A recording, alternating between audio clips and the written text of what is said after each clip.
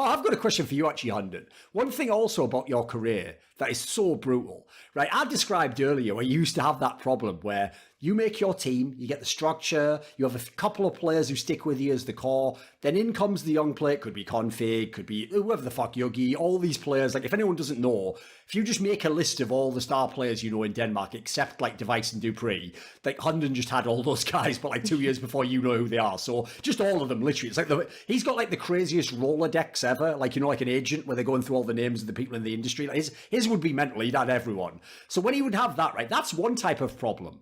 The one he's had recently where he got removed from Mad Lions is the maddest one ever. I've never seen that happen before, dude. You make a whole team so good that they just take the whole team from you, dude. Like, they don't even just take one piece. They just took the entire team. They were like, you know what? We'll take it all. Oh, except the Hunden part. We don't want that. Like, what? I'm in this team. That's my team. Like, yeah, thanks for that, but we're just going to take the entire team, actually. Like, you have to start from nothing now. That's brutal. That's brutal. I totally agree. Listen, didn't you wake up one day and just think, what was this my reward for getting them really good? They just take all of them. Like that's kind of fucked up. Wasn't there some angle? Were you not just like, come on, guys? Yeah, like I was a bit surprised as well, but that was fucking brutal. I don't know. Yeah.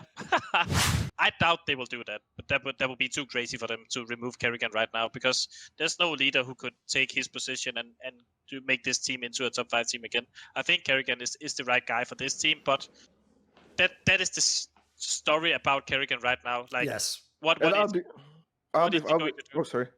be super honest. I kind of low-key want him to get not kicked, but just to show them, just to see what other team is he gonna make good. What region is he go? China and make fucking title in the world. No, dude, I always said this. Interesting. He always makes, after he gets kicked, he always comes back with the team, regardless what team he has. He will make it. That's why when he actually did get kicked from FaZe, the 2 teams I wanted him to go to was either a team like Team Liquid, like just give him all the NA flaggers and just watch what he'll do with them, or the other one was make a Danish team to rival Astralis. Like, give him all, like, at the time, the players who weren't in Astralis. So give him, like, Valde and Config, and give him those players. And again, just fucking turn him loose. Here's the other thing as well, though, Leggear. I would also like to see it, because if I know the players want the guy kicked, I want them, just like Nico, I want them to be a little bit humbled by seeing. Because you know what? When he got kicked from FaZe Clan, think of where FaZe Clan was. Like you said, they were still, like, a top 5 team in the world. They were still winning tournaments. Nico was one of the best players in the world, and they had all that salary, money. So when he get kicked, right, logically, if you pause time and say to Nico, listen, I don't know what happens to FaZe Clan, but Carrigan's definitely not going to be better than you guys in a year, right? He's going to be like, yeah, no problem. Then he takes a bunch of players. Listen, at that moment in time, if I said, what if I gave him Rops, Frozen, Woxy, would they be better than you guys? He'd be like, no way. A year later, he was in like every final. Nico was fucking at home watching him online with his popcorn. Like, I used to play with that guy. Like, I love that. If you're an IGL, that's like the ultimate revenge. Like, I got such sort of like schadenfreude from that. I was just loving it. Like, oh, delicious. Nico's tears. Love them. I even like the guy, but listen, he needed to learn the lesson in that way. He had to learn the hard way.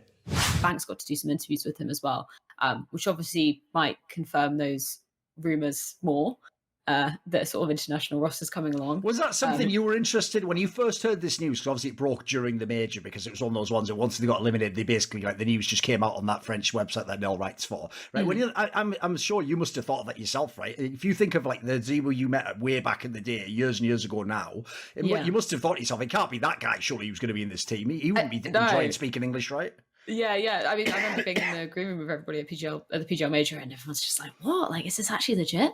And that literally was my first thought. Was like, how on earth is he going to communicate with them? And then that evening, because I think they got knocked out. That was the quarterfinals day. It was the second quarterfinals day, and got knocked out by Navi. And went up to speak to him, and just said, like, I hadn't seen him since the major, and was just like, sorry for that. And then had a full-on conversation with him, like perfect English.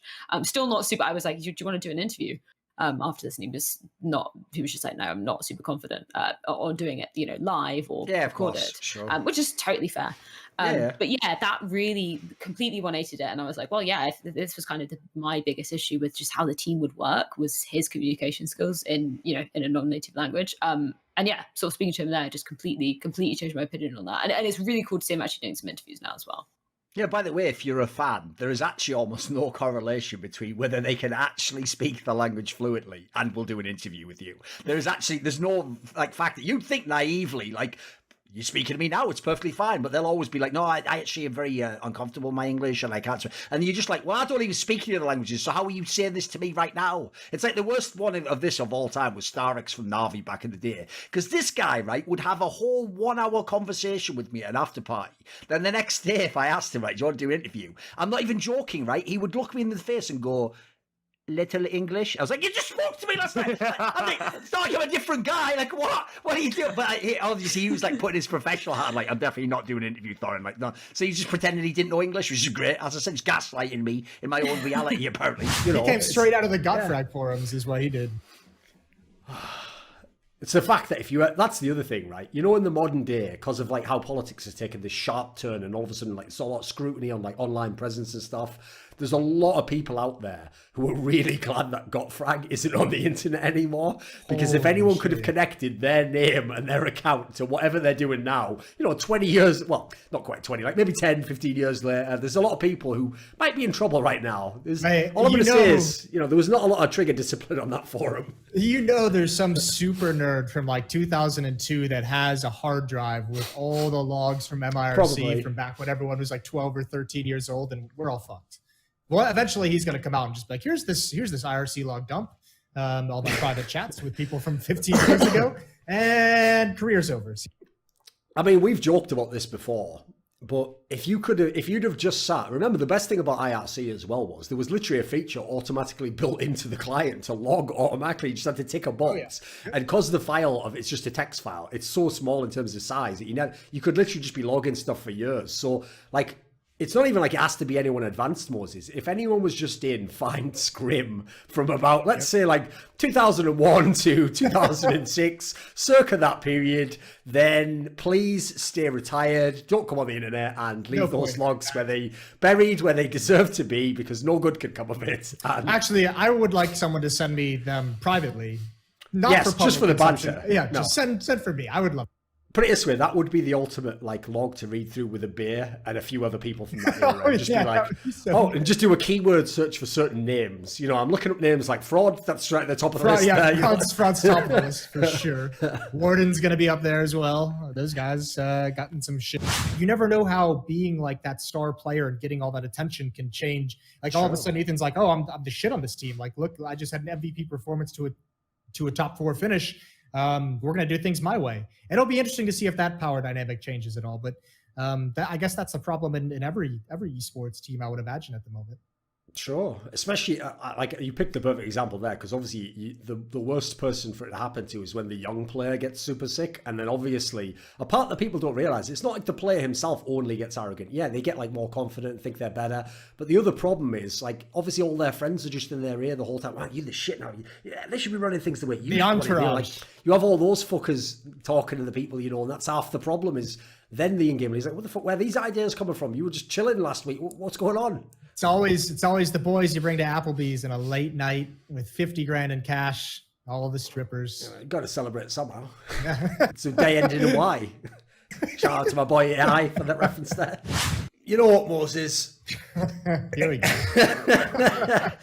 We start the episode, right? And here's the thing. Normally, I have some sort of shite to talk to you about. I don't know, reference the episode number, some sort of indulgent story about our own lives or whatever.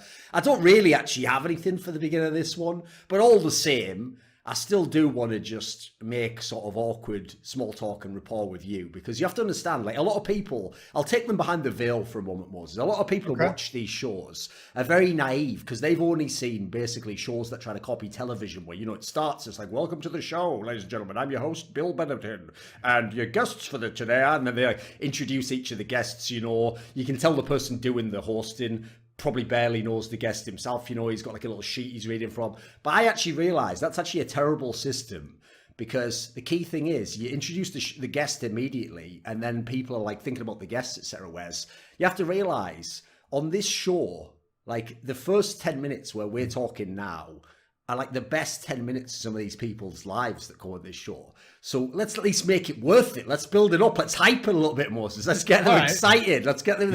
Let's make that 10 minutes where they don't talk, where they just listen to us, and we just did self-indulgently talk, even though we could talk at any time on any show, even without them.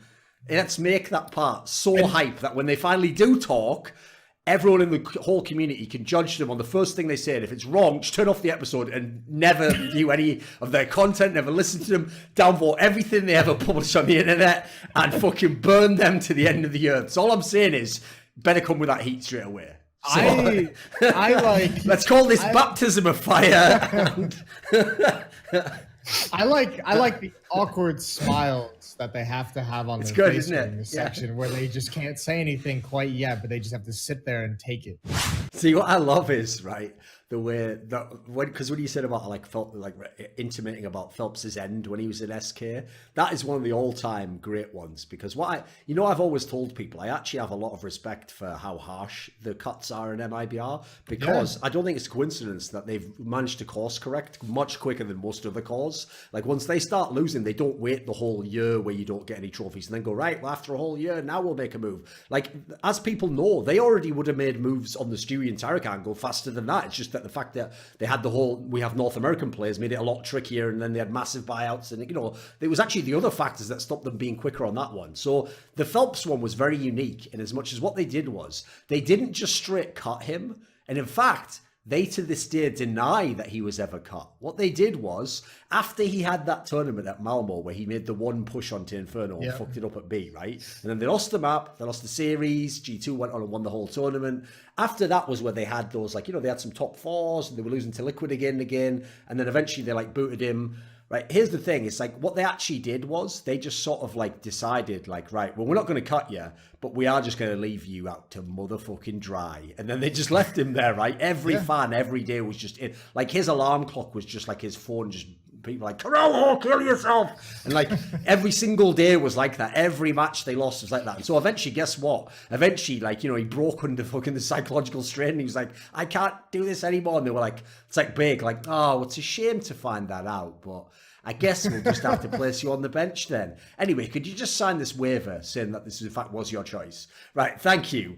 You are now sentenced to playing with KNG. No! I changed my mind. I don't want to play. No, too late. Play with that guy. I do think this is almost a fitting end for NRG. As you said, they did kind of have this thing where it's their ceiling went up as the year went along, but it's almost like it went up from them bashing their heads against it over and over again. So while on the one hand you want to make the storyline satisfying, you want it to continue, the next major they make top 8 and then eventually they're in the semis. But it's to be fair, if I look at this lineup, this looks like they had quite a long time together. They got pretty good, and I have to say, a lot better than I ever thought they would be. But I do think that, I don't think they were going to bridge the gap to whatever the next level was. I don't see them becoming at the level of the Navis and the Team Liquids of the world. Now here's the question about NRG, Duncan. Does history repeat itself? Do we get the craziness where it's they choose to drop Fugly and pick up Tarek, and then they realize Tarek can be an in-game leader, so they drop Daps, move Tarek over to in-game leader, and then that was the first thing I thought about. Don't worry, because a lot of people don't know that detail, Moses, which is. This is why keeping track of the news is so valuable, is when Tarek joined Optic, initially they actually cut Stanislaus for a week or a few days. And initially it was going to be because, Daps was the in-game leader. So it was right, Daps is the in-game leader, Tarek's joining as a star player. And then what happened was, initially, I think it was Tarek even who was I want Stanislaus back actually. And then Stanislaus came back, and then Daps was the one who kicked out. And then obviously they went on to great success, so I can't blame them. But if you do look at Daps' career, he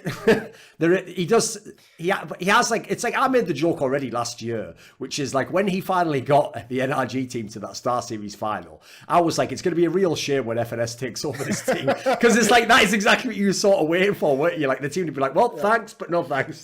It's what if Groundhog's Day was actually a horror Daps, and it just keeps in this cycle over and over again. I hope it doesn't happen, but I could see it. Right, even though this will contextually make no sense, because this isn't a fucking WCW broadcast from the 90s. Whose music is that? Oh my God, is that Valde?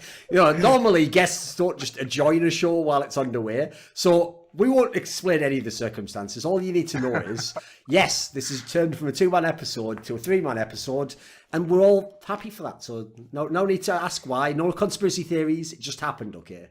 It was something with a pickle.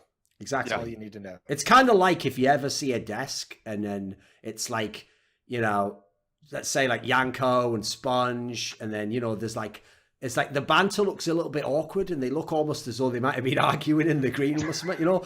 They never have been. That's all a lie. We're all the best of friends and let's let the show go on. The show must go on. Communication has to be the priority. Like, it's insane that can even be a thing. Especially because with Fallen being so good and influential, he's like that on so many different maps. Like, certainly it's just like, Phelps, if you're going to be the one covering me and supporting me in these scenarios, you better fucking communicate. If not, I'll just go put him in the B bomb site. Get Taco over there. Like, why can't Taco do it? Like, somebody make a Taco's switch. already taken for. Someone's already called dibs on Taco. Then if you know the way shit works in MIBR, like, I've already got my dog. Like, have you got one? Get your own dog. It's mine. That's my fucking French poodle or whatever. Listen, Coldzera can have him on the T side. Fallen can have him on the CT side. We can make it work. Of course. Yeah, exactly. Wasn't Phelps like an in-game leader of his last team, though? Like, how the fuck did that work if he can't even... I mean, I feel like that was like the last step in that team. Like that was his own Nico move. Like, right, this team's so shit, I'm the in-game leader now. Well, you notice like the really dark shit that MIBR like unintentionally is putting out in interviews when Taco's just like, yeah, Phelps betrayed the team once and he had to go down to the third best team in Brazil and he knows what it's like now. He won't fuck with us anymore. He's had to go down there. No publicity, like, Jesus, no dude. salary. And we're like, bro, come on now. Everyone... He's still in the team. It's like he wouldn't dare fucking cross us again. There is a reality to that. Like, yeah, you go down and you realize you're not being invited to the fucking epicenters and, you know, the star ladders and the 500,000 prize pools. And then you're just sitting there and another opportunity comes along and you're like, oh, fuck me. Thank God. Yes, I'll do whatever you want this time. I don't give a fuck how you want me to play. I'll do it. The money's so much better. Everything is better. So it makes sense. It just is a little bit dark. I don't forget the people that support me. And in the case of this video, that would be Matt Pugnatio Rajcula, Jason, Jensen Goh, Nicky, Tosh, Toucan, and you know who I'm always going to give the biggest shout out to, my boy Jerky's Minion. Do you want to ask a question for my video AMA? Do you want to suggest a topic or a guest for my content? Maybe you want to find out who the next guest is on one of my interviews that I've already recorded but not yet released. Or maybe you want to take part in one of those fabled long-form discussions where you get to decide the topics. Well, if any of those perks or others tickle your fancy, simply click on the Patreon link in the description box below and put your money where your mouth is and join the Scrilluminati today.